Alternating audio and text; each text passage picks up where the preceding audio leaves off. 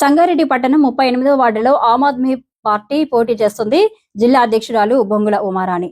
సంగారెడ్డి జిల్లా సంగారెడ్డి పట్టణంలో పార్టీ కార్యాలయంలో ఆమ్ ఆద్మీ పార్టీ జిల్లా అధ్యక్షురాలు బొంగుల ఉమారాణి ఆధ్వర్యంలో విలేకరుల సమావేశం నిర్వహించడం జరిగింది.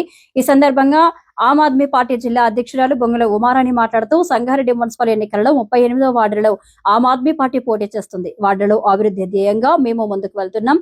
ముఖ్యంగా నీటి సమస్య, డ్రైనేజీ, విద్యుత్ దీపాలు, ప్రజల సమస్యలు అన్నింటికీ ముందుండి మేము పనిచేస్తాం. ఒక్కసారి ఆమ్ ఆద్మీ పార్టీకి అవకాశం ఇచ్చి అభివృద్ధిలో భాగం కావాలని పిలుపునిచ్చిన ఆమ్ ఆద్మీ పార్టీ జిల్లా అధ్యక్షురాలు బొంగుల ఉమారాణి కార్యక్రమంలో Sangareddy town president Mohammed Ghouse Pasha, Palle Premchand, retired SI 11వ పోతిరెడ్డిపల్లి ఉషారాణి, రిటైర్డ్ టీచర్ పద్మ, శోభ తదితరులు పాల్గొన్నారు. వాళ్ళు రాజీనామా చేసి కూడా బరిలోకి దింపుతున్నాము అందరినీ 38 వార్డ్స్ నుంచి ప్రతి ఒక్కరిని. నేను ఒక్క విషయం మీకు విన్నపించుకోవాలనుకుంటున్నాను ప్రజలందరికీ.